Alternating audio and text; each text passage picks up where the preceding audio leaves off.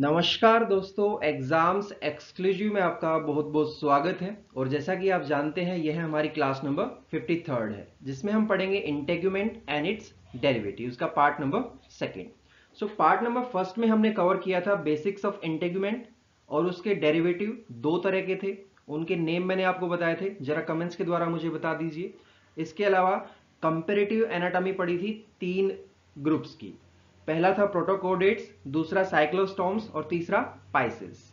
और आज की इस क्लास में भी हम कंपैरेटिव एनाटॉमी डिस्कस करेंगे स्किन से रिलेटेड। किस किस की?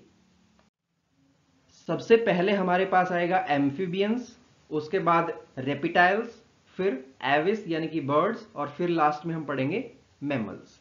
मैमल्स को थोड़ा सा डिटेल में डिस्कस करेंगे। उसके अलावा यहाँ पे जितने भी इंपॉर्टेंट पॉइंट होंगे, जितनी भी इंपॉर्टेंट चीजें होंगी यूपीएससी से रिलेटेड, वो सारी की सारी मैं यहाँ पे डिस्कस जरूर करूंगा। ओके, सो एक डिस्क्रिप्शन बॉक्स के अंदर लिंक दिया हुआ है, जिसके द्वारा आप रजिस्ट्रेशन कर सकते हैं इस कोर्स में, अगर अभी तक आपने नहीं किया है तो bit.ly/ZOOLOZYREZ। आर बड़ा रखना है और बाकी सारे लेटर छोटे रहेंगे। जस्ट क्लिक करना है और अपनी डिटेल्स फिल कर देनी है और सबमिट कर देना, आपका रजिस्ट्रेशन हो जाएगा। तो चलिए इस लेसन को शुरू करते हैं। Friends, myself Dheeraj Sharma and I am teaching since May 2017 and this is Geology optional course and I think everybody knows about this. So friend, जब ये comparative anatomy के सारे लेसन कंप्लीट हो जाएंगे तो लास्ट में मैं आपको एक टेबल बना के बताऊंगा कि किसके अंदर क्या चीज प्रेजेंट है और क्या कुछ चेंजेस आए हैं एक से दूसरे ग्रुप में हम चलते चले जा रहे हैं उस समय, है ना। सो पूरा टेबल के जरिए समझाएंगे और लगभग 10 से 15 मिनट के अंदर वो कवर हो जाएगा और आपको समझ में आ जाएगा, या फिर कह सकते हैं एक रिवीजन भी हो जाएगा आपका पूरे के पूरे कंपैरेटिव एनाटॉमी का। So let's get start. Friends, integument को हमने क्या बोला था? स्किन, है ना। और बाकी अगर आपको डिटेल्स जाननी है तो आप पिछले वाले पार्ट के अंदर जा सकते हैं। हमने वहां पे स्ट्रक्चर भी डिस्कस किया था। स्ट्रक्चर के अंदर 3 पार्ट थे, है ना। जो स्किन का स्ट्रक्चर है उसमें 3 पार्ट थे, एपिडर्मिस, डर्मिस और हाइपोडर्मिस। ओके, और इसके कुछ फंक्शंस भी थे, जैसे स्किन का फंक्शन क्या क्या है? Protection, exteroception, respiration, excretion, salt water regulation, temperature control, food storage, nourishment, locomotion, brood pouch और सेक्सुअल सिलेक्शन। ओके, अब ये जो स्किन है या फिर कह सकते हैं इंटेगुमेंट जो है वो आउटर मोस्ट कवरिंग कह सकते हैं ना, जो हमारे पूरी अंदर की जो बॉडी है उसको प्रोटेक्ट करती है। क्लियर, यही कुछ डिस्कस किया था, है ना। और इसको हमने एक नाम भी दिया था कि ये बहुत सारे फंक्शन करता है लेकिन किसी में भी परफेक्ट नहीं है। सो उस टर्म को हम क्या बोलेंगे, जरा कमेंट्स के द्वारा मुझे बताइए। ओके, क्योंकि ये सारी चीजें हम कवर कर चुके हैं पिछले वाले लेसन के अंदर। ओके फ्रेंड्स, पिछले वाले लेसन के अंदर इंटेगुमेंट डिस्कस किया था और उसके अलावा इसके जो डेरिवेटिव हैं वो डिस्कस किए थे। सो 2 डेरिवेटिव थे। पहला कौन सा था? एपिडर्मिस, सॉरी एपिडर्मिस नहीं, एपिडर्मल डेरिवेटिव, और दूसरा डर्मल डेरिवेटिव। क्लियर, लिख लीजिए एपिडर्मल और डर्मल। और एपिडर्मल के अंदर एक एपिडर्मल ग्लैंड्स के नाम से कुछ बताया था वहां पे टर्म, जिसको इजी से हमने डिनोट किया था। सो एपिडर्मल ग्लैंड्स होती कौन कौन सी है वो भी इसी लेसन के अंदर आएगा। जस्ट मैं आपको यहाँ पे नेम बता देता हूँ, जैसे हेयर फॉलिकल्स हो गया, सेबेसियस ग्लैंड्स हो गया, और स्वेट ग्लैंड कह सकते हैं, एपोक्राइन ग्लैंड, मेमरी ग्लैंड, है ना, जिसे आप कहते हैं मेमरी ग्लैंड्स। ओके, सो ये सारी चीजें इसी लेसन के अंदर डिस्कस होंगी और जहां पे जो पॉइंट आता चलता चला जाएगा वहां पे वो पॉइंट डिस्कस भी हो जाएगा कि ये इसके अंदर प्रेजेंट है। और आपको पता है कि कोई भी ग्लैंड हो उसका एक स्पेसिफिक फंक्शन होता है ना। सो वो छोटा सा एक लाइन में आपको बताऊंगा, वो जस्ट आप मेंशन कर लीजिएगा जो कि आप एग्जाम में लिख पाए। तो चलिए जो पहला हमारा पार्ट है वो डिस्कस करते हैं। सो फ्रेंड, इस लेसन का पार्ट नंबर फर्स्ट कह सकते हैं, और अगर ऑल ओवर देखें स्किन से रिलेटेड, सो 4th ग्रुप है ये। ओके, इससे पहले हमने क्या डिस्कस किया था? पाइसेस डिस्कस किया था, और इसके बाद क्या डिस्कस करेंगे? रेप्टाइल्स। सो इन दोनों ग्रुप से इसका कंपैरिजन होगा कि क्या इसके अंदर कमी है और क्या इसके अंदर एडवांस है। क्लियर।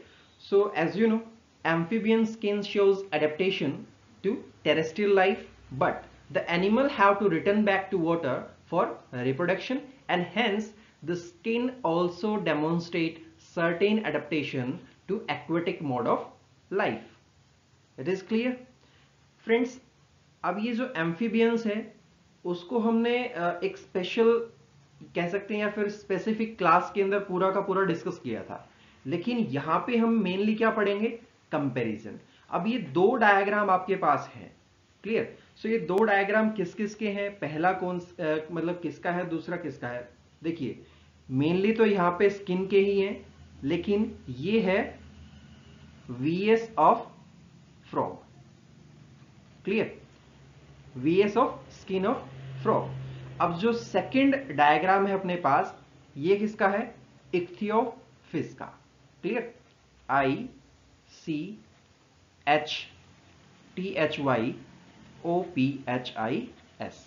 और ये भी VS है। किसका VS है ये, यहां पे मेनली क्या दिखाया गया है, डर्मल स्केल्स दिखाए गए हैं। ओके। सो फ्रेंड यहां पे सबसे इंपॉर्टेंट और सबसे पहला पॉइंट यही आता है कि एपिडर्मिस कैसी है, मल्टीलेयर्ड है या फिर कैसी है। एपिडर्मिस यहां पे मल्टीलेयर्ड है। ठीक है, ये आपको दिखाई दे रही है। ओके। अब इसका जो आउटर मोस्ट पार्ट है वो कौन सा है, कौन सा है भाई, स्ट्रेटम कोरेनियम। क्लियर। ये है थिन स्ट्रेटम कोरेनियम। अब ये जो है ये किससे बना हुआ है, ये बना हुआ flattened and highly keratinized cells से। Clear. Highly keratinized cells. Clear. Okay friends, such a dead layer appear first in the amphibians and is best formed in those which spend a considerable time on the land. It is clear. So the stratum coronium is an adaptation to terrestrial life, कह सकते हैं ऐसा, and it not only protect the body but prevent any excessive loss of moisture. Function समझ में आ गया है ना, कि इसका क्या फंक्शन है। मेनली आप कह सकते हैं कि ये मॉइस्चर लॉस नहीं होने देगी। क्लियर। ओके फ्रेंड्स, यहां पे मेनली दो ग्लैंड्स होती हैं। कौन कौन सी हैं वो ग्लैंड्स, पहली तो आप कह सकते हैं म्यूकस ग्लैंड। क्लियर, लिख लीजिए MUCOUS, म्यूकस ग्लैंड है, और दूसरी पॉइजन ग्लैंड, POISON। अब आपने बहुत बार सुना होगा मतलब हम फ्रॉग के मतलब बहुत सारे टाइप हैं, जैसे मेंढक भी बोल देते हैं हम और भुज भी बोल देते हैं ना। सो एक इसके अंदर म्यूकस ग्लैंड भी प्रेजेंट होती है और पॉइजन ग्लैंड भी प्रेजेंट होती है। So friend there are two kind of gland, they are multicellular mucus gland and poison gland in the dermis, but they are derivative of the किसके derivative हैं, ये एपिडर्मिस के डेरिवेटिव है। समझ में आ गया। So the mucus gland produce mucus which not only form a slimy protective covering but also helps in the respiration. समझ में आ गया। म्यूकस ग्लैंड का मेन जो फंक्शन है वो क्या होता है कि वो म्यूकस सीक्रेट करे, है ना, मतलब थोड़ा सा चिपचिपा पदार्थ। क्लियर। सो इसका फंक्शन स्लिमी प्रोटेक्टिव कवरिंग तो बनाना है ही है, लेकिन उसके साथ साथ रेस्पिरेशन में भी ये हेल्प करेगा। क्लियर।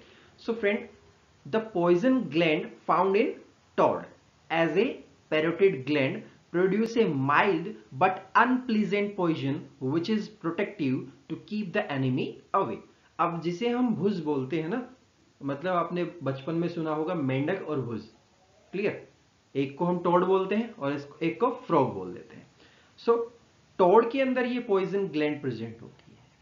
क्लियर, समझ में आया कहां पे क्या डिफरेंस है।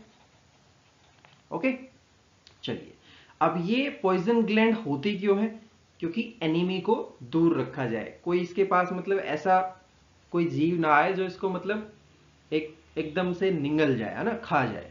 सो in the upper part of the dermis there are chromatophores. और क्रोमेटोफोर्स का मेन फंक्शन क्या है? मेन फंक्शन क्या है? जो स्किन का कलर है वो जनरेट करेगा।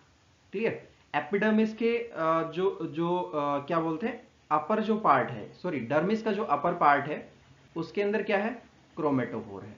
और क्रोमेटोफोर प्रोवाइड करेगा कलर टू द स्किन। अब कैसा कैसा कलर प्रोवाइड करेगा? मतलब क्या क्या इसके पास जो क्रोमेटोफोर है उसके पास क्या क्या होगा? ब्लैक मेलानोफोर्स और क्या होगा? येलो लिपोफोर्स। ये हमने पाइसिस के अंदर भी डिस्कस किया था, है ना? सो थोड़ा सा कंपेयर कर सकते हैं हम इसको। So friend, the ability of the skin for changing colour to blend with the environment is well developed due to the chromatophore. Is it clear? So अब जो लैब्रिंथोडोंटिया है उसके बारे में अगर कुछ डिस्कस करें, so the skin of labyrinthodontia and the stem amphibia had a armor of dermal scales. Clear? So bony dermal scale are found embedded in the skin of some Gymophiona. और Gymophiona को हम क्या बोल सकते हैं? एपोडा। Clear? सो Gymophiona का हम क्या बोल सकते हैं दूसरे नेम? एपोडा। एंड जो कुछ टोड्स होते हैं, मतलब कुछ ट्रॉपिकल टोड्स, उसके अंदर भी ये सारी चीजें प्रेजेंट होती है। क्लियर?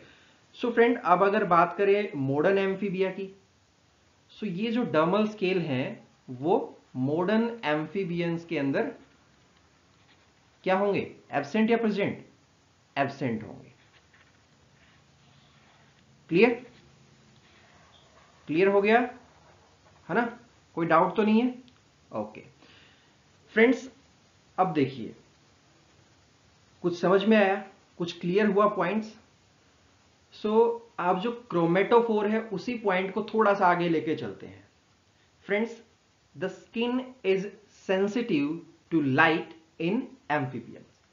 और मेनली किसके अंदर होगा? जो केव ड्वेलिंग फॉर्म्स हैं उनके अंदर। Okay, and it is an important organ of respiration and also enable the frog to respire underwater for long period during hibernation.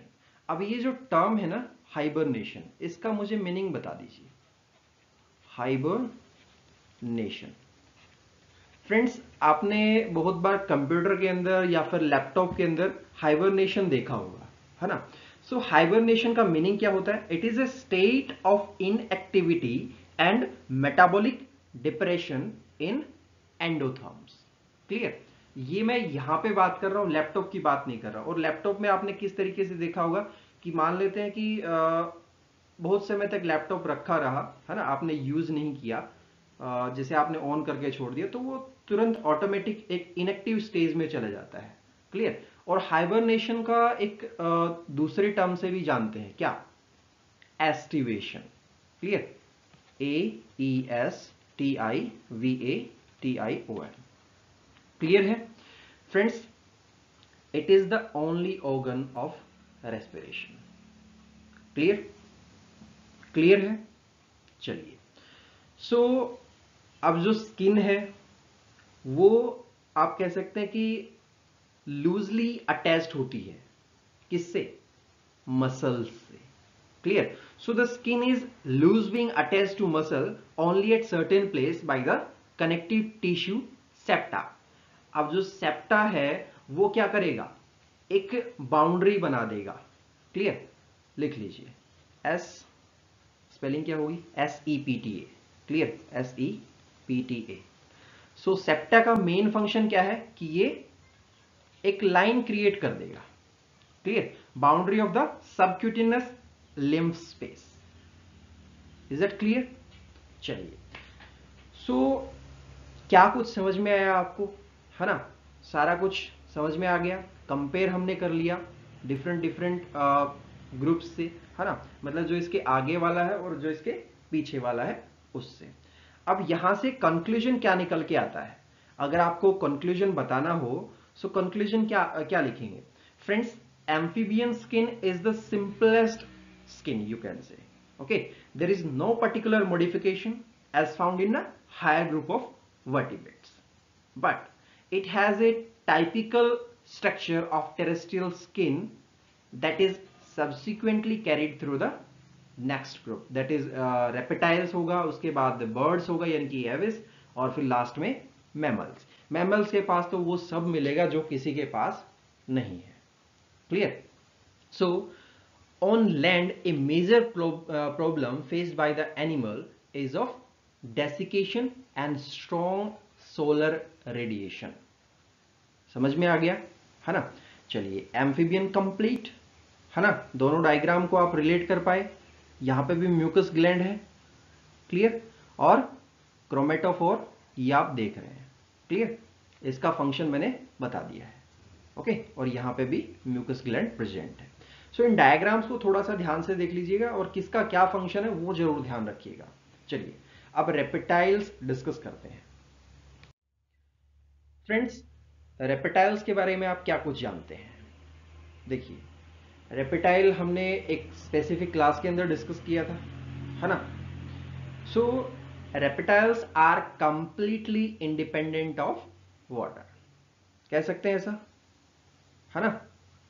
And they do not have to go back to water for breeding, as they are capable of laying a large cleared or shelled egg that can develop and hatch on the land.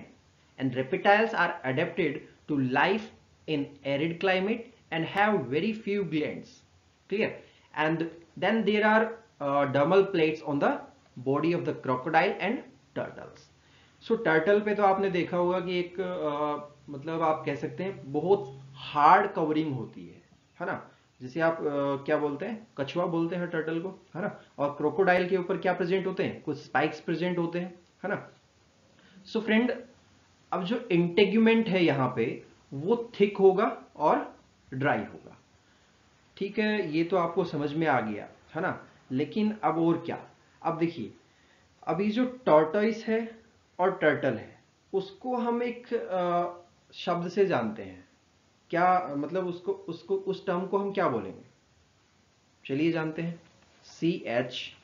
CHELONIA, चिलोनिया कहेंगे बहुत सारे लोग और बहुत सारे लोग किलोनिया कहेंगे। Okay, so friend, exoskeleton of tortoise and turtle consist of A dorsal convex carapace and a ventral flat plastron which are attached by the ligament on the lateral side, clear। और ये चिलोनिया हमने किसको बोला है, दो स्पीसीज को मिला के, टॉर्टोइस एंड टर्टल, लिख लीजिए, टॉर्टोइस एंड टर्टल।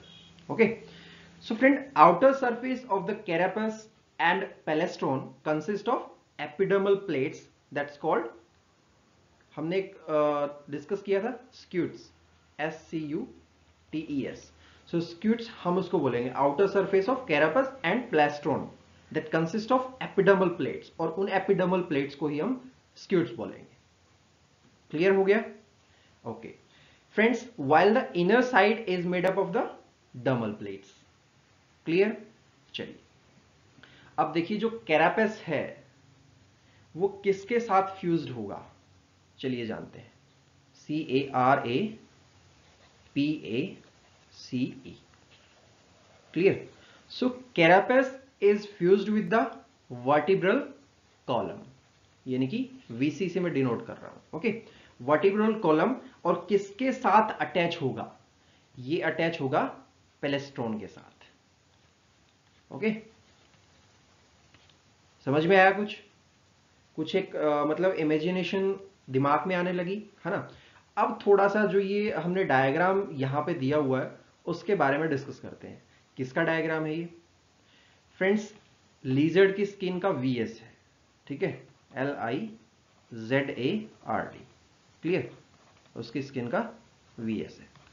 ओके, सो यहां पे आप देख रहे हैं पेरिडर्म प्रेजेंट है ना, हॉर्नी एपिडर्मल स्केल्स प्रेजेंट है, स्ट्रेटम कॉर्नियम प्रेजेंट है ना, स्ट्रेटम मालपेजी प्रेजेंट है, एपिडर्मिस प्रेजेंट है और डर्मिस प्रेजेंट है, ये सारी चीजें प्रेजेंट है। Okay, So the integument is thick and dry and it prevent any loss of water. It has almost no gland and this is an adaptation to prevent evaporation of water. अब कोई भी gland होगी कुछ तो secret करेगी, है ना? तो उसके साथ साथ कुछ अमाउंट का जो वाटर है वो भी बाहर निकलेगा. सो ये सारी चीजें, ये सारी एडेप्टेशन रेप्टाइल्स के अंदर क्यों हुई? क्योंकि जो वाटर का इवापोरेशन है और उसका जो लॉस है वो इसको बचाना था. सो अब ये जो एपिडर्मिस है उसको आप क्या कहेंगे? एपिडर्मिस डेवलप्ड है या फिर कैसी है? Friends, epidermis is well developed. Clear? Well developed. Okay. So the epidermis has a well developed, क्या है इसके पास? क्या है इसके पास? Stratum corneum. क्लियर? एक well developed stratum corneum present है, which make the skin dry and prevent any loss of body moisture, thus well adapted to a terrestrial life. अब भाई पानी के अंदर रहते हैं अगर कोई तो ठीक है, मतलब वहां पे कोई दिक्कत नहीं है ना, वाटर ही वाटर है. लेकिन अगर टेरेस्ट्रियल लाइफ है तो क्या भाई, सूरज की जो किरणें हैं वो भी पड़ेंगी, है ना, बहुत सारी चीजें होंगी, तो उससे वाटर लॉस होने की जो चांसेस हैं वो बढ़ जाते हैं. ओके. सो समझ में आ गया, एपिडर्मिस के पास स्ट्रेटम कॉर्नियम क्या है? वेल डेवलप्ड है. और क्यों वेल डेवलप्ड है, पूरा का पूरा फंक्शन मैंने समझा दिया है. So friend, the epidermis produce horny scales and scales are shed periodically in fragment or you can say cast in a single sloth. अब ये सिंगल स्लॉथ किसके अंदर होगा? किसके अंदर होगा? कुछ आइडिया है? स्नेक्स कह सकते हैं. क्लियर? और लीजर्ड तो है ही. ओके. अब आपने बहुत बार देखा होगा कि जो कलर है, कलर पैटर्न जो है वो चेंज होने लगता है ना? सो उसके बारे में भी डिस्कस करेंगे. और लीजर्ड से रिलेटेड ही एक स्पीसीज है जिसे हम लोकल लैंग्वेज में बोलते हैं किलकाट, है ना, जो मतलब पेड़ों पे चढ़ता है और वो टाइम के हिसाब से, टेम्परेचर के हिसाब से और उसके बिहेवियर के हिसाब से अपना कलर चेंज कर लेता है. कभी ग्रीन, कभी रेड, कभी ऑरेंज, कभी कैसा, है ना. सो वो सारी चीजें बताऊंगा कि वो होती कैसी हैं. सो friend, the scales often form spines और क्रेस्ट. किसके अंदर थी? क्रोकोडाइल के अंदर पड़ी थी, है ना. So below the epidermal scale are dermal bony plates और you can say osteoderms. Clear? सो जो डर्मल बोनी प्लेट्स हैं उसको हम क्या बोलेंगे? ऑस्टियोडर्म्स. किसके अंदर होती हैं पता है किसी को? टोर्टोइस के अंदर और क्रोकोडाइल के अंदर, इसके अलावा हेलोडर्मा के अंदर. क्लियर? और हेलोडर्मा क्या है? Heloderma is a kind of lizard. Clear? So these are retained for life and are not shed off. Okay, and these may form dermal bones in the skull lying superficially or they may be found in the dermis. Is that clear? Is that clear? Okay. So अब dermis की ही बात आ गई तो dermis पे point discuss कर लेते हैं, है ना. सो डर्मिस कैसी है? Dermis is a thick and has an upper loose connective tissue layer and a lower layer टीला. कौन सी? ये है टीला सबजंक्टिवा. क्लियर? अपर लेयर कौन सी है? लूज कनेक्टिव टिश्यू की, और लोअर लेयर ये है. Clear? And friends, separating the two is a horizontal layer of fibrous connective tissue. इन दोनों को सेपरेट कौन कर रहा है? ये फाइब्रस कनेक्टिव टिश्यू. समझ में आया concept? So the upper layer has an abundance of chromatophore, है ना. जो लूज कनेक्टिव टिश्यूज हैं, यानी कि जो अपर लेयर है उसके पास बहुत सारे क्रोमेटोफोर्स हैं. और क्रोमेटोफोर्स का तो आपको पता है कि क्या फंक्शन होता है. क्या फंक्शन होता है क्रोमेटोफोर का? कलर, है ना. सो कलर का वेरिएशन आएगा. और जो एक क्रोमेटोफोर है वो किसके अंदर प्रेजेंट होंगे? इनके अंदर प्रेजेंट होंगे, स्नेक्स और लीजर्ड्स के अंदर। क्लियर? अब इसको किससे रिलेट कर सकते हैं?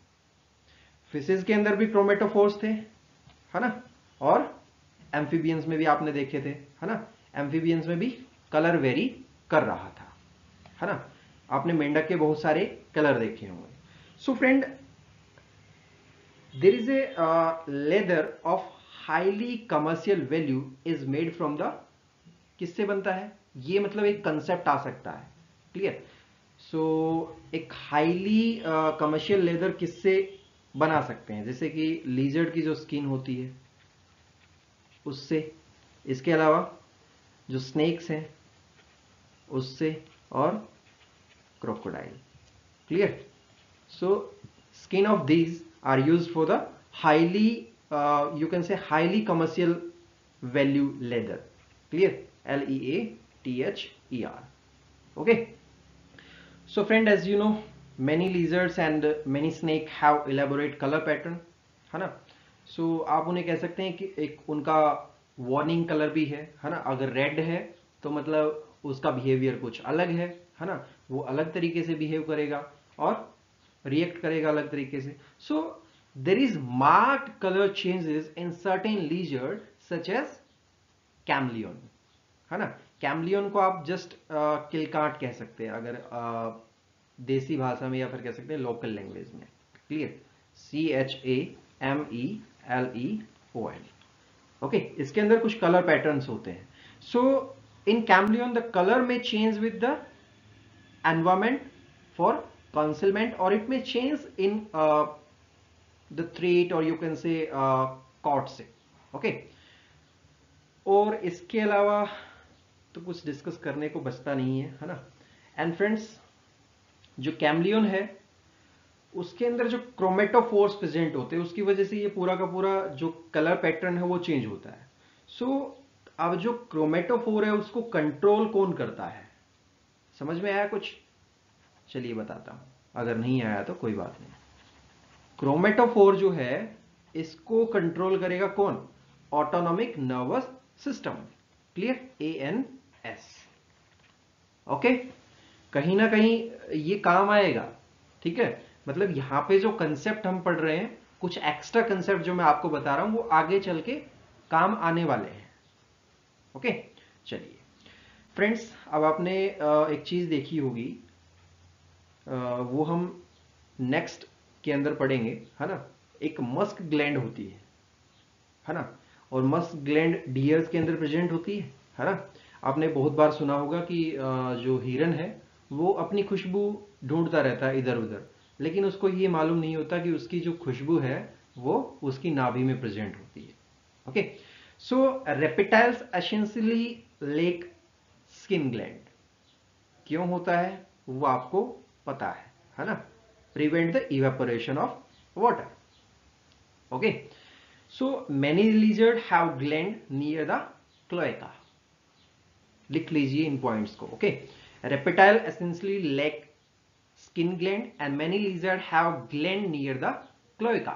So their opening called, इनकी ओपनिंग को क्या बोलेंगे? क्या बोलेंगे भाई? फीमोरल। लिख लीजिए, FEMORAL। और फीमोरल का दूसरा नाम भी होगा प्री एनल पोर्स। अब ये अगर इनको जनरली समझें कि जनरली ये कैसे होते हैं, so they are generally smaller in female and found only in the male in some species. Clear? मतलब कैसे होते हैं? स्मॉल होते हैं और जनरली किसके अंदर मिलेंगे? फीमेल के अंदर, और कुछ स्पीसीज जो मेल की हैं उनके अंदर ये मिल जाते हैं। ओके, कोई ऐसा हार्ड एंड फास्ट रूल नहीं है। So they are most active in breeding season. Reptile की मैं बात कर रहा हूं, they are most active in breeding season, है ना। इसके अलावा musk gland in the throat and cloacal opening of the crocodilian function during courtship, और you can say threads. Clear? So musk gland यहां पे भी आ गई है, लेकिन मेन जो पॉइंट है वो आएगा डियर के अंदर। Clear? So generation gland found recently are associated with periodic shedding of the skin. Clear है सारे के सारे पॉइंट, है ना। और यहां पे अगर कोई टर्म पूछी जाती है तो उसको आपने पूरा का पूरा लिखना है। ओके, जैसे टर्टल और टोरटोइस को हमने क्या बोला, चियोलिना या फिर क्योलिना कह सकते हैं। स्क्यूट्स क्या होता है ना, डिस्कस कर लिया हमने। उसके अलावा फीमोरल का दूसरा नाम क्या है, कैरापस, कैसे मतलब फ्यूज हो गया वर्टिब्रल कॉलम के साथ, किसके साथ जाके अटैच हो गया, पेलेस्ट्रोन के साथ, है ना। कैमलियन के अंदर जो क्रोमेटोफोर होते हैं वो किसके द्वारा कंट्रोल किए जाते हैं। पता लग गया सारी की सारी चीजें, है ना। फिर भी अगर कोई डाउट रहता है तो डेफिनेटली आप पूछ सकते हैं किसी भी वक्त। ओके, सारी चीजें और सारे के सारे सोर्सेज जितने भी हैं आपके पास अवेलेबल हैं, किसी भी तरीके से आप मुझसे कांटेक्ट कर सकते हैं। ओके, सो चलिए नेक्स्ट जो आता है अपने पास वो आएगा एविस, है ना। तो चलिए डिस्कस करते हैं। एविस को हम बर्ड्स भी बोलते हैं। फ्रेंड्स, एविस के बारे में आप काफी कुछ जानते हैं और मैंने क्लास के अंदर डिस्कस किया था कि फ्लाई कैसे करता है, यानी कि इसकी जो फ्लाइट की मैकेनिज्म है वो डिस्कस की थी। उसके अलावा जो इसके फीदर हैं वो भी काफी डिटेल में डिस्कस किए थे और भी बहुत सारे कंसेप्ट डिस्कस किए थे, है ना। सो यहाँ पे क्या होगा कि हम उसको थोड़ा सा और डिटेल में जानेंगे और आपका साथ साथ रिवीजन भी हो जाएगा, है ना।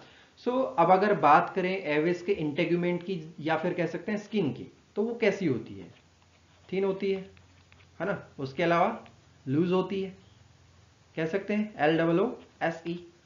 उसके अलावा और कुछ पॉइंट है, ड्राई भी होती है ना। और फ्रेंड्स एक ग्लैंड है जिसका मैं आपको नेम यहां पे बता देता हूं, यूरोपिजल ग्लैंड, ठीक है। उसके फंक्शन फिर डिस्कस करेंगे, एक छोटा सा फंक्शन मैं आपको बता दूंगा। क्लियर, सो UROPYGIAL,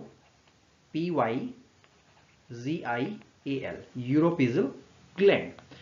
फ्रेंड्स सबसे पहला पॉइंट तो यही है कि ये प्रेजेंट कहां पे होती है। It is present at the base of the tell.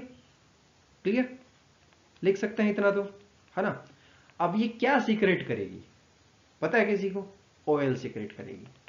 Okay, और ऑयल को कहां पे यूज करेगी friends, oil secreted by this gland is used for preening the feather. Clear, PREENING।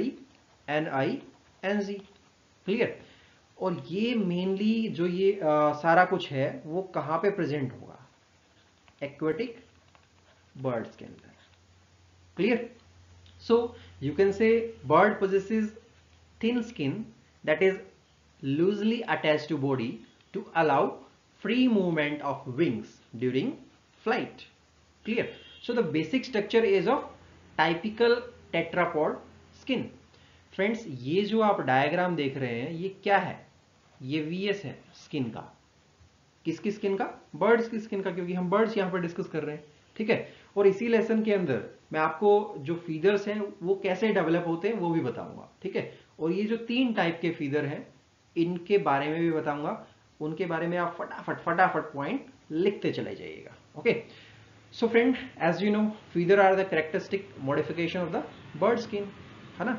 ये हमने वहां पर डिस्कस किया था, and which not only cover the entire body but also helps in the flight, है ना। और फ्लाइट की मैकेनिज्म तो मैंने आपको बताई थी। So glands are absent in the bird skin except uropygial gland, और यूरोपिजल का मैंने बता दिया है आपको। अब फ्रेंड्स एक चीज सोचिए कि जो स्किन है उसके क्या क्या मॉडिफिकेशन हो सकते हैं, कभी सोचा है। मतलब जो आपने पंजे देखे होंगे ना बर्ड्स के, वो भी स्किन का ही मॉडिफिकेशन है। ओके, सो जो बर्ड के फीदर हैं वो भी डिस्कस करूंगा, लेकिन उससे पहले थोड़ा सा वास्ट चले जाते हैं ना इसी टॉपिक के अंदर, थोड़ा सा डिटेल में।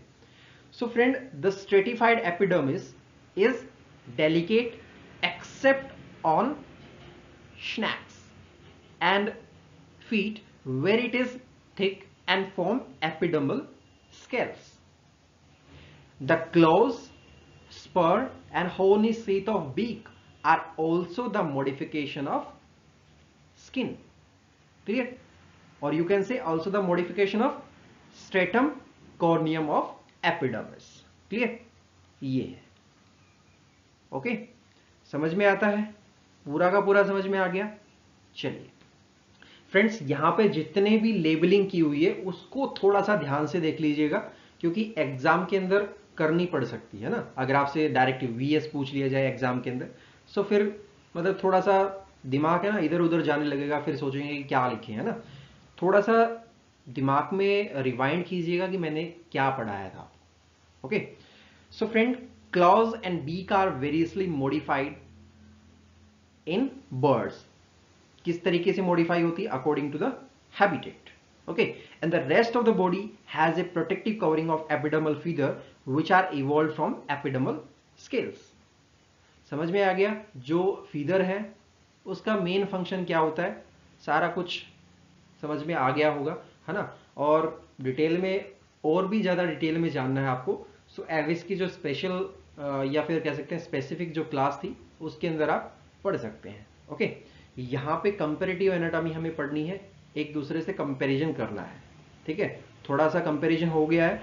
अब जो इसके अंदर फीदर्स प्रेजेंट हैं वो कितने तरह के हैं? 3 तरह के हैं। पहला कॉन्टूर फीदर, दूसरा डाउन फीदर और तीसरा हेयर फीदर। अब इनका डेवलपमेंट कैसे होता है वो भी डिस्कस करूंगा। ओके फ्रेंड्स, जो कॉन्टूर फीदर है इसको हम दूसरे नाम से भी जानते हैं। क्विल आपने सुना है, सो इसको क्विल फीदर भी बोलते हैं, QUILL। Okay, so it is also called quill feather and they are hard feather that covers the entire body and form the outline।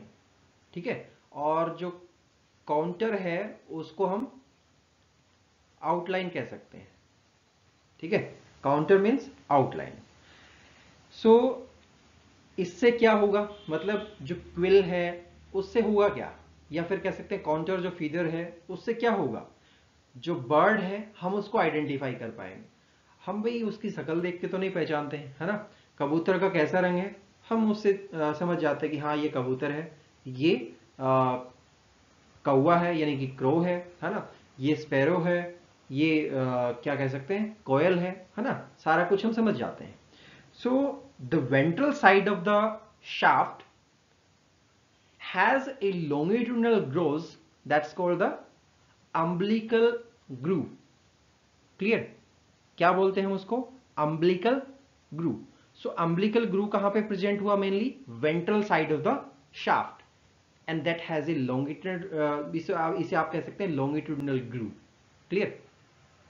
दोनों नेम आपको दिए जा सकते हैं एग्जाम के अंदर किसी भी तरीके से, इसको थोड़ा सा ब्रीफली डिस्कस कीजिए। ओके, एंड फ्रेंड्स, बार्ब्स जो है वो दूसरी साइड प्रेजेंट होते हैं, है ना। एक साइड कुछ तो दूसरी साइड कुछ, है ना। ये हो गया आपका barbs. So barbs on either side of the shaft area arranged parallel to each other and in such a way that they form a flat vein that has इसको आप बोलेंगे एरोडाइनमिक इन शेप। और aerodynamic का जो main function है वो हमने discuss भी किया था, है ना। ये देखिए AERODYNAMIC। Clear? It is aerodynamic in shape. समझ में आ गया कि एरोडायनेमिक क्या है ना। ये पॉइंट हमने एविस के अंदर डिस्कस किया था स्पेशली। सो अब सेकंड आता है अपने पास down feather. Friends, down feather को भी आप दूसरे नाम से जान सकते हैं। क्या नाम होगा इसका? प्लूम्यूल्स। PLUMULES। क्लियर? सो पहले वाला तो हार्ड था, है ना, लिख लीजिए। और ये कैसा होगा? Soft. Clear? So they are soft feather that serve as insulation between the hard contour feather and the delicate skin। Clear? किसके बीच में होगा? मतलब एक इंसुलेशन होगा किसके बीच में? हार्ड कॉन्टूर फीदर और डेलिकेट स्किन के बीच में। Clear? So friend, powder down is the term used to identify such feather in adult, whereas the nestling down appear in the chicks. 2 term होती है, पहली NESTLING नेस्टलिंग, और दूसरा कौन सा? Powder down.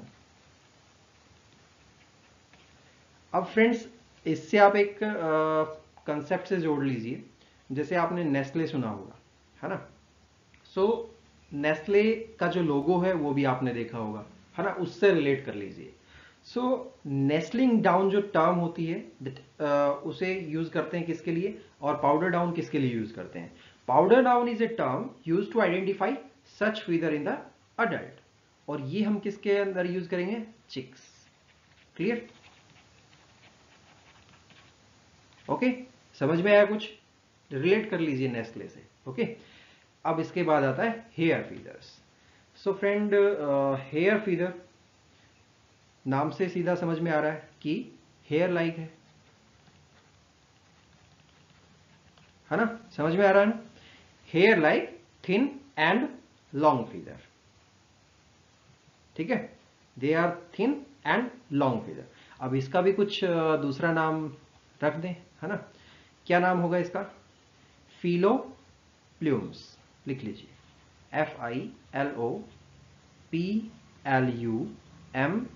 FILOPLUMES, या फिर एक और कह सकते हैं पिन फीदर। ओके, दो नाम हो गए अलग से, मतलब टोटल 3 नाम हो गए, पिन फीदर, फिलोप्ल्यूम्स और हेयर फीदर। ओके फ्रेंड्स, ये जो हेयर फीदर्स जो हैं वो हेयर लाइक हैं, थिन है ना, लॉन्ग है, तो क्या होगा, पूरी की पूरी जो बॉडी है उस पर स्कैटर्ड होंगे। So they scattered all over the body. Is it clear, okay. They are specially modified to guard nostril, ear opening and the serve as the eyelashes, यानी कि जिसे हम अगर ह्यूमन बीइंग की लैंग्वेज में बोलते हैं तो हम बोल देते हैं जो पलकें होती है ना उसको, eyelashes. Okay, so they are made up of long thin hair like shaft to the top of which are attached to a bunch of thin barbs and barbels. Clear, clear है concept hair feather का, है ना। अब ये जो 3 feather है वो तो डिस्कस कर लिए, लेकिन अब जो फीदर है वो डेवलप कैसे होते हैं, है ना, वो भी डिस्कस कर लें थोड़ा सा, फिर उसके बाद मैमल्स डिस्कस करेंगे डिटेल के अंदर। फ्रेंड्स, क्या आपको ध्यान है कि हमने 2 टर्म डिस्कस की थी जब एविस की क्लास हम पढ़ रहे थे। सो वो 2 टर्म कौन सी थी, एक तो ये थी टेरली और एटेरली, जिसको हम एप्टेरिया भी बोल रहे थे, है ना। एक पे क्या होगा कि जो फीदर्स हैं वो ग्रो नहीं होंगे और एक पे ग्रो होंगे। So friend, feathers grow on certain track on the skin, that's called the feather track, और उसको हम शॉर्ट में क्या बोल देते हैं, pterylae. Okay, and feather do not grow on the area termed as apteria. Clear, but the growth is dense and hence the entire body is covered with the feathers. आपने देखा होगा कि अगर कोई कबूतर आया या फिर आपने देखा होगा कि कोई कौवा है जिसे हम क्रो बोलते हैं, बारिश के मौसम में वो भीग जाता है ना, और आप देखते हैं कि कहीं कहीं जो फीदर्स हैं वो प्रेजेंट होते हैं और कहीं कहीं एब्सेंट होते हैं, है ना, आपको एक लाइनिंग सी दिखने लगती है। सो वो कंसेप्ट आप रिलेट कर सकते हैं इससे। क्लियर, सो फ्रेंड, अब आता है precocial chicks, precocial chicks as in fowl and other game birds are covered with the nestling down when they hatch from the egg, but electrical chicks such as sparrow, pigeon hatch naked and development of feather can be observed during the growth of chicks. अब इस concept को कैसे समझें, जैसे आपने देखा होगा कि चिड़िया का जो छोटा बच्चा होता है ना, उसके अंदर मतलब उसके ऊपर कहाँ फीदर्स प्रेजेंट होते हैं, शायद नहीं होते, है ना। ये चीजें मैंने एक्सपीरियंस की है, ठीक है, इसीलिए मैं आपके साथ शेयर भी कर रहा हूँ।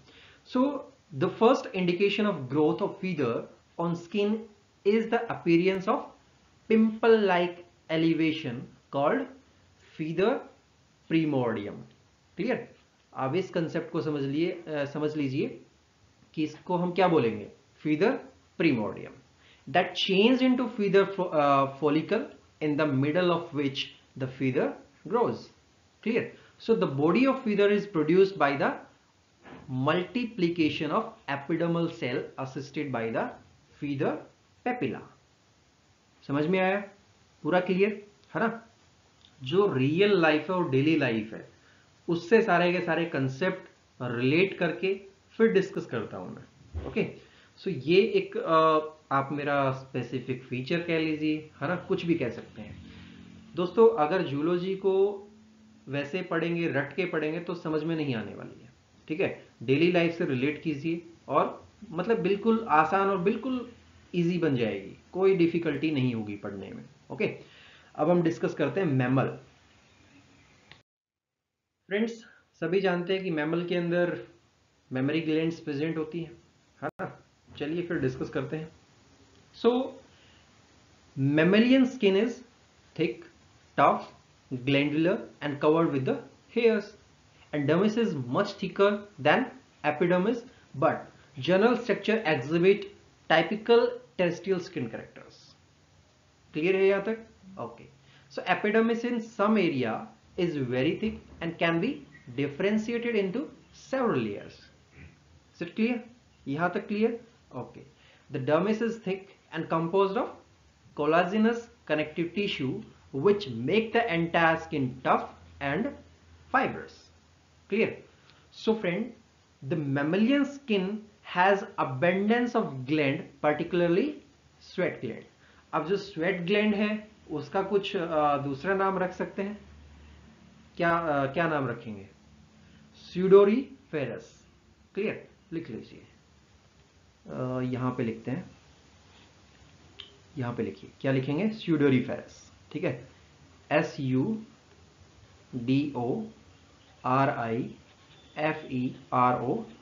स्यूडोरीफेरस ग्लैंड, और यूपन से स्वेट ग्लैंड। और उसके अलावा कौन सी ग्लैंड प्रेजेंट होती है? Sebaceous, which are oil secreting gland that attach to the hair follicles, है ना। आपने बहुत बार देखा होगा कि आपकी स्किन पे ऑयल आ जाता है ना। So this is because of that. And friends, next gland is hedonic gland. So hedonic gland को आप कह सकते हैं कि एक जो खुशबू होती है या फिर गंध जो होती है ना, उसके लिए रिस्पॉन्सिबल है। So hedonic gland is also called as scent gland, SCENT, scent gland. अब इस कंसेप्ट को डियर से रिलेट करते हैं। आपने सुना होगा, क्या सुना होगा, कि जो हिरन जो होता है वो अपनी खुशबू इधर उधर ढूंढता रहता है ना पूरे जंगल में, लेकिन जो खुशबू है वो कहां पे प्रेजेंट होती है? उसकी नाभि में। ओके, अब इसी से रिलेट करता हुआ एक श्लोक आपको बताता हूं संस्कृत का, जो डियर की मस्क है, जिसको हम क्या बोलते हैं? कस्तूरी, है ना। मस्क को हम क्या बोलते हैं? कस्तूरी। क्लियर, लिख लीजिए। सो इससे रिलेट करता हुआ एक श्लोक है, यादि संति गुना पुषाम विक्षन्तेव्याते स्वयं नाहि कस्तूरी मौद सप्थेना विभ्याव्यते। अब इसका मीनिंग क्या हुआ? इसका मीनिंग निकलता है, जैसे जो कस्तूरी की खुशबू है, शपथ से जो है वो छिपाई नहीं जा सकती, उसी प्रकार किसी व्यक्ति के जो अच्छे गुण है वो छिपाए नहीं जा सकते, है ना। सो फाइनली क्या कंसेप्ट निकल के आता है? जो डियर की मस्क है वो काफी तेज है, यानी कि जो कस्तूरी खुशबू है वो काफी तेज है।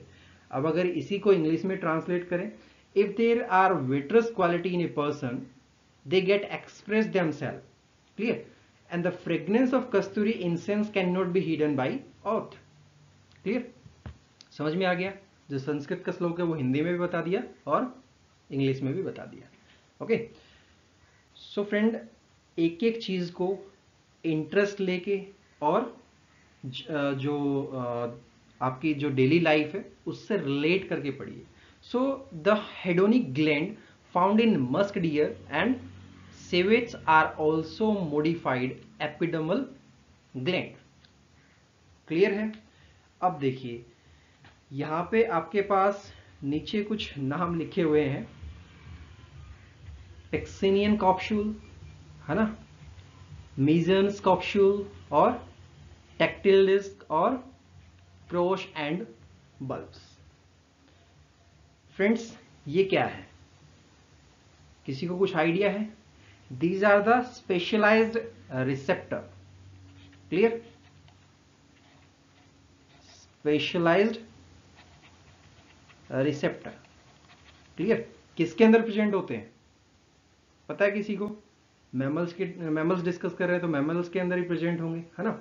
So friend, mammalian skin became sensory owing to the presence of large number of free nerve ending and the presence of specialised receptor such as these.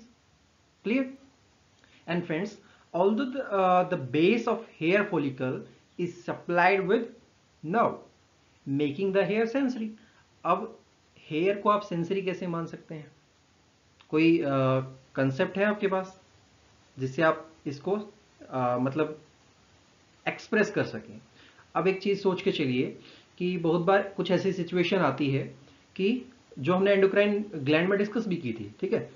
बहुत बार ऐसी सिचुएशन आती है कि आपके रोंगटे खड़े हो जाते हैं ना, एक इंस्टेंट एक ऐसी सिचुएशन आ गई जिसके बारे में आपने सोचा ही नहीं था, या फिर एक्साइटेड स्टेट आ गई, उसके अंदर आपके रोंगटे खड़े हो जाते हैं. सो अब उस कंसेप्ट को रिलेट कर लीजिए कि हेयर जो है वो एक सेंसरी है, ठीक है? एज ए सेंसर वर्क कर रहा है. क्लियर? अब अगर बात करें कार्निवोरस की, रोडेंट्स की, है ना, और कुछ जो मैमल्स हैं, they possess specialized hair on the upper lip. अब उनको हम क्या बोलेंगे? कोई टर्म है उसके लिए? विस्कर्स. WHISKERS. क्लियर? इस टर्म को ध्यान रखिएगा. क्लियर? सो फ्रेंड, विस्कर्स हमने बोल तो दिया अपर लिप ऑफ को, है ना, that possesses specialized hair on the upper lip, that's called whiskers, which are sensitive to air current, touch and vibration. Clear? Air, touch and vibration. अब बहुत बार ऐसा होता है कि आपका फोन वाइब्रेशन मोड पे है और वो बजने लगा, है ना, आपके मतलब एकदम से जो रोंगटे हैं वो खड़े हो जाते हैं. बहुत बार होता है, ये सारी चीजें होती हैं. ओके? और ये जो आप देख रहे हैं डायग्राम, ये पूरा का पूरा डिस्क्राइब किया हुआ है, ठीक है? अब फ्रेंड्स, जो हेयर्स हैं उनका डेवलपमेंट कैसे होता है ना, ये सारा कुछ तो बेसिक था, है ना. अब हेयर का डेवलपमेंट कैसे होगा, मेमोरी ग्लैंड्स का डेवलपमेंट कैसे होगा, है ना, वो भी डिस्कस करेंगे. और जो हॉर्न्स प्रेजेंट होते हैं मैमल्स के अंदर, वो कैसे मतलब कितने टाइप के होते हैं वो भी डिस्कस करूंगा मैं आपके साथ. इसके अलावा अगर और कुछ बचता है, मतलब कोई ऐसे फीचर जिसके अंदर मतलब स्किन का मॉडिफिकेशन हुआ हो, तो वो भी डिस्कस करेंगे. चलिए डेवलपमेंट ऑफ हेयर डिस्कस करते हैं. फ्रेंड्स, हेयर डेवलपमेंट की अगर बात करें तो ये एक जनरल कंसेप्ट है और अपनी जो लाइफ है उससे थोड़ा सा रिलेट करके इसको समझने की कोशिश कीजिएगा, ठीक है? रिलेट करते हैं अपनी जनरल लाइफ से. So as you know, hair grow on the skin in the embryonic stage, है ना, and continuous to grow throughout the life. Embryonic stage में शुरू हुआ और थ्रू आउट लाइफ ग्रो होता रहेगा hair. Clear? And when a hair has to grow, epidermal cell in that area multiply fast, that forming a mass of cell, और उस mass of cell को हम क्या बोलेंगे? hair primordium, that carries a dermal papilla at the base. friends, अब आप एक चीज सोच के देखिए, है ना, थोड़ा सा रिलेट कीजिए अपनी लाइफ से. अगर आपकी दाढ़ी में बाल है या फिर आपके सर पे बाल है, तो एक बाल उखाड़ के देखिए, ठीक है? उसके लास्ट में, यानी कि जो बाल का जो एंड पॉइंट होगा, एक तो टिप है और एक लास्ट वाला जो एंड होगा जहां से वो उखड़ेगा, वहां पे कुछ सॉफ्ट सॉफ्ट प्रेजेंट होगा, उसको आप हेयर पेपेला बोल सकते हैं, ठीक है? और फिर आप क्या कीजिए, एक व्हाइट पेपर लीजिए और उसको व्हाइट पेपर पे रखिए, ठीक है? और आपको ये चीज एक्सपीरियंस होगी कि वो ब्लैक कलर भी रिलीज कर रहा है ना, और काफी सॉफ्ट है इसलिए रिलीज कर रहा है. सो फ्रेंड, अब अगर बात करें कि जो हेयर की लेंथ है वो कैसे डिटरमाइन होती है, so the length of hair is determined by the wear and tear to which the tip of hair is exposed and the thickness of hair shaft. Clear? अब एक आपने सुना होगा केरेटिनाइज. क्लियर? सो उसी से रिलेट करते हुए एक टर्म लिख लेते हैं, केरेटिनाइजेशन. KERATINIZATION. ZATION। सो केरेटिनाइजेशन को हम कैसे रिलेट करेंगे इस कंसेप्ट से पूरे से? Friends, keratinization of epidermal cell, clear, inside the hair follicle. ठीक है, हेयर फॉलिकल कौन सा है? ये रहा। ओके, एपिडर्मल, ये एपिडर्मिस है।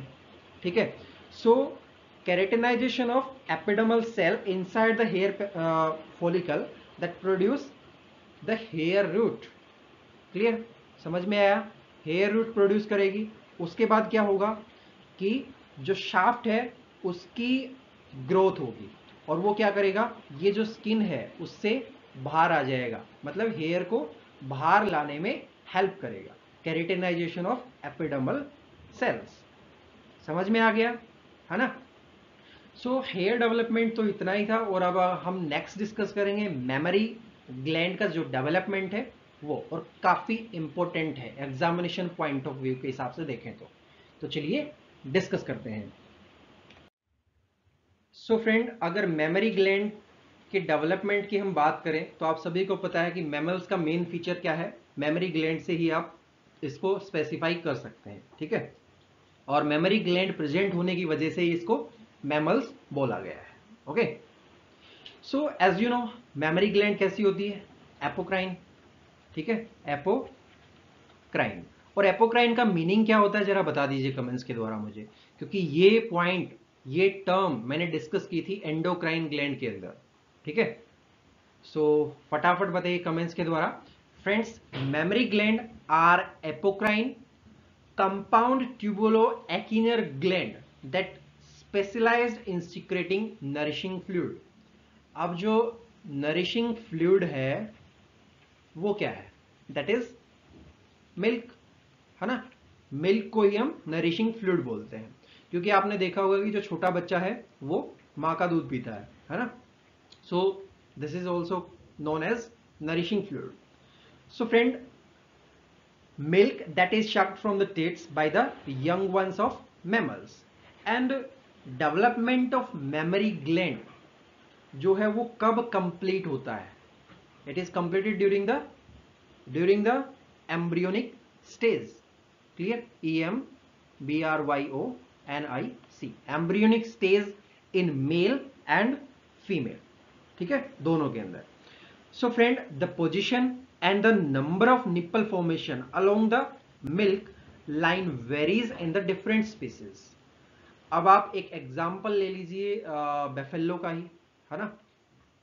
सो बहुत सारी बेफेलो के अंदर क्या होता है कि 4 निपल्स होते हैं। ठीक है, और बहुत सारों के अंदर 3 होते हैं। सो 3 जो है वो एक स्पेशलाइज्ड है। ओके, और एक आप इसको किस तरीके से स्पेशलाइज बता सकते हैं कि जो 3 निपल की जो बेफेलो होती है उसके अंदर मिल्क की प्रोडक्शन जो है वो जनरली ज़्यादा होती है। ठीक है, किससे? 4 निपल्स वाली से, क्योंकि हमारे हुआ करती थी 3 निपल की जो बेफेलो है वो। ओके, सो अब इसके अलावा अगर गोट का एग्जांपल लेते हैं तो उसके अंदर कुछ नंबर अलग हैं, है ना? और अगर पिग की बात करते तो उसके अंदर नंबर अलग है, बिच की बात करते तो उसके अंदर नंबर अलग है ना? सभी के अंदर डिफरेंट डिफरेंट नंबर्स हैं। सो अब अगर एक एग्जांपल ले लेते हैं फ्लाइंग लेम्यूर का, है ना?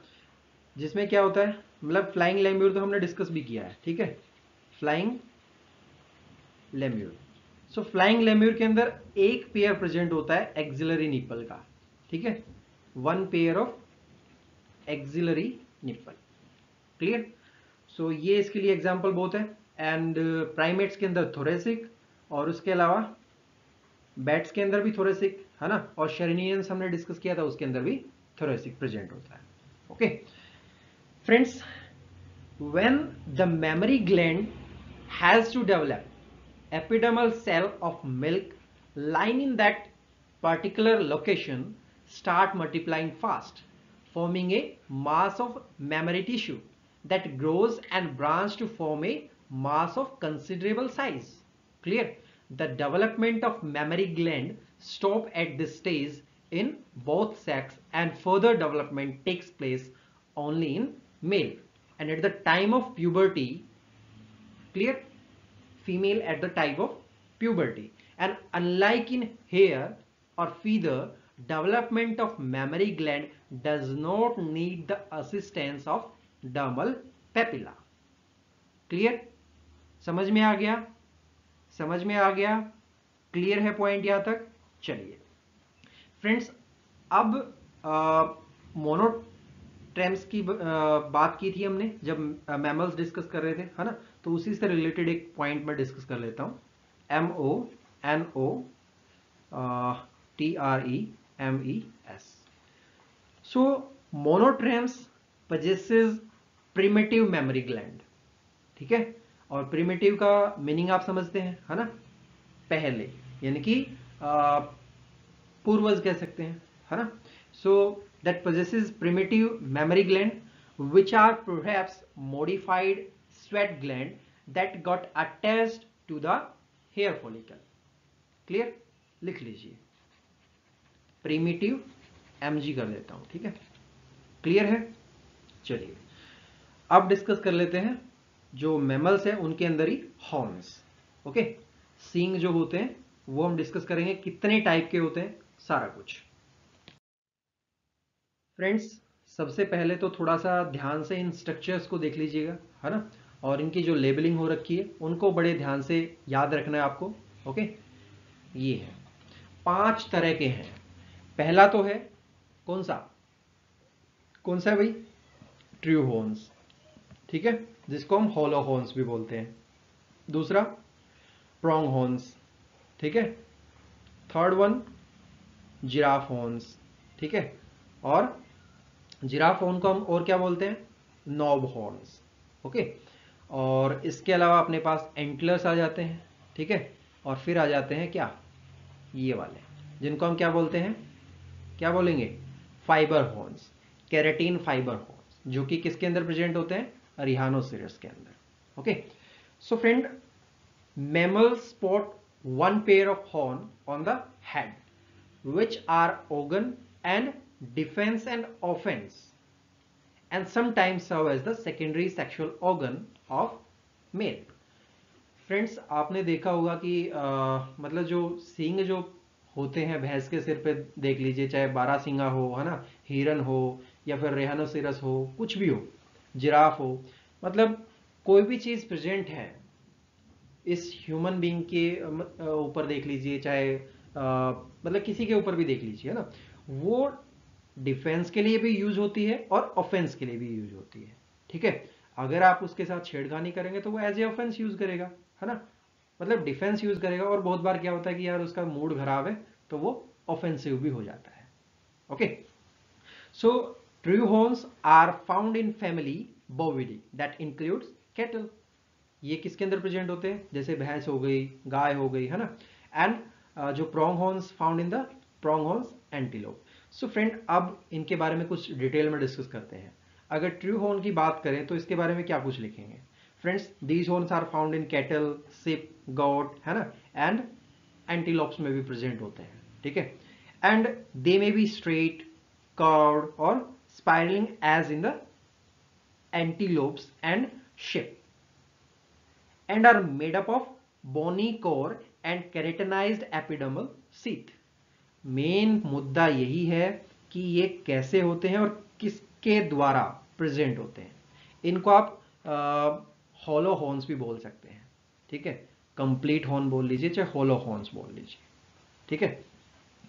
सो कैसे होते हैं समझ में आ गया, है ना, किसके द्वारा बनते हैं? Made up of bony core और keratinized epidermal sheath. Okay, next आता है prong horns. So prong horns के बारे में क्या कुछ लिखेंगे? They are found in the prong horn antelopes, है ना। और अगर इसके साइंटिफिक नेम की बात करें प्रोंग हॉर्न एंटीलोप की, तो आप लिख सकते हैं एंटीलोकैप्रा अमेरिकाना, ठीक है, जो कि कहाँ पे मिलता है? कहाँ पे मिलेगा भैया? नॉर्थ अमेरिका में, ठीक है। इसके अलावा जो एंटीलोप है, एंटीलोप कहाँ पे प्रेजेंट होता है पता है? कोई आइडिया है? एंटीलोप मिलेगा आपको रसिया के अंदर। कौन सा antelope? Saiga antelope, SAIG, IZA saiga, antelope, ये रसिया के अंदर होगा। एक टाइप इसका नॉर्थ अमेरिका में, एक रसिया में। थर्ड वन आता है एंटलर्स। सो एंटलर्स के बारे में, they are found in the male of family cervidae. Clear? ठीक है, मतलब डियर के अंदर प्रेजेंट होगा, चाहे वो 12 सिंगा हो, चाहे कुछ भी हो, है ना। और डियर के बारे में हम एक श्लोक पहले ही डिस्कस कर चुके हैं। So they are mainly found in the cervidae family, और you can say deer, and are secondary sex organ mean to attract female as well as to you can say fight with the rival males. Okay, मतलब किसी से लड़ने के लिए भी काम आएगा, और जो फीमेल है उसको अट्रैक्ट करने के भी ये काम आता है। ठीक है, इसका मेन मोटिव यही है। So these horns are made up of bony core that grows from the frontal bone of the skull and is covered with the living velvety skin. ठीक है, किसके द्वारा कवर्ड होगा? Living velvety skin. आपने velvet का कपड़ा देखा होगा, है ना, उसी तरीके से, यानी कि मखमली कपड़ा जिसे हम बोलते हैं। ओके, सो ये चीज मैंने एक्सपीरियंस की है, इसीलिए ये भी डिस्कस कर रहा हूं यहाँ पे। ठीक है, अपनी जनरल लाइफ से रिलेट करके ही जूलॉजी को जो है वो पढ़ाता हूं आपको। ठीक है, इसीलिए आपको थोड़ा सा अच्छे से समझ में आता है। सो फ्रेंड, अब बात करते हैं नेक्स्ट हॉर्न की, नॉब हॉर्न या फिर जिराफ हॉर्न। अब देखिए, जो इसका नाम है जिराफ हॉर्न या फिर कह सकते हैं नॉब हॉर्न, इससे पता लग रहा है कि हाँ, ये किसके अंदर प्रेजेंट होगा? जिराफ के अंदर मिलेगा। ठीक है, जिराफ, और एक एग्जांपल और लिख लीजिए, ओकापी। ठीक है, OKAPI, OKAPI। ठीक है, और दोनों के अंदर प्रेजेंट होगा, मेल के अंदर भी और फीमेल में भी। Okay, and it work as a permanent structure. ठीक है, मतलब ये परमानेंट है। ठीक है, मतलब टेम्परेरी नहीं है, आप इसको हटा नहीं सकते हैं। ओके, मजाक कर रहा हूँ friends. Structurally they are similar to the antlers with bony core covered with the velvety skin. ठीक है, थोड़ा सा डिफरेंस होगा। ठीक है, यहाँ पे थोड़ा सा आप कह सकते हैं कि ये शार्प होंगे, यानी कि पेने होंगे, है ना, और ये थोड़े से आप अगर लोकल लैंग्वेज में बोले तो भोटे होंगे। ओके, अब बात करें हेयर हॉर्न्स की या फिर कैरेटिन फाइबर हॉर्न्स की, जो कि प्रेजेंट होते किसके अंदर? रिहानोसिरस के अंदर। So these are found in rhinoceros. Clear?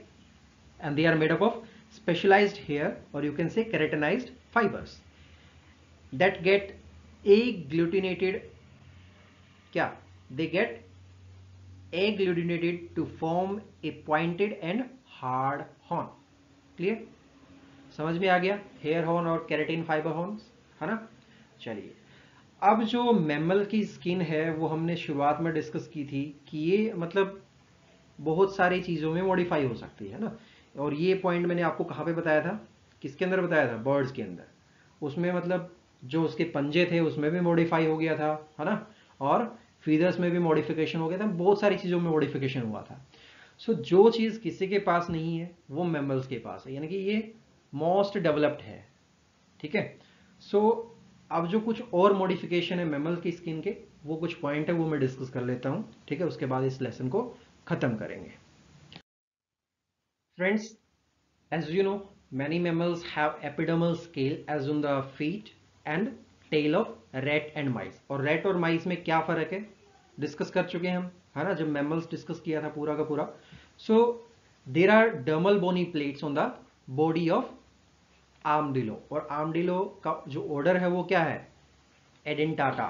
ठीक है, ये डिस्कस किया था हमने। ठीक है, और इसके अलावा lilac on monkey, buttocks are cushion-like structure on which animals sit on hard branches and rocks। समझ रहे ना इस चीज को, है ना। चलिए, and kneel pad on the leg of camel are meant for absorbing shock when the animal kneels and sit on the ground। नीचे से देखें आपने, जो ऊंट के पंजे होते हैं ना, पैर जो होते हैं, कितने मतलब गद्देदार होते हैं। ठीक है, सो ये सारा स्किन का ही मॉडिफिकेशन है। And friends, tori are epidermal pad on fingers, palms and sole of feet of primate that help in firm grasping branches of trees while climbing. ठीक है, मतलब जो कुछ भी मैमल कर पा रहा है, ठीक है, आउटसाइड जो आपको दिखाई दे रहा है वो सारा का सारा आप कह सकते हैं कि ये स्किन का ही मॉडिफिकेशन है। ठीक है, इसीलिए ये जो दो लेसन यानी कि दो पार्ट में डिवाइड किया है इंटेग्यूमेंट्स को और उसके डेरिवेटिव्स को, यही एक कारण है कि ये 2 घंटे में कंप्लीट हुआ है। ठीक है, और काफी डिटेल में भी डिस्कस करना जरूरी था क्योंकि ये काफी इंपॉर्टेंट पार्ट होता है।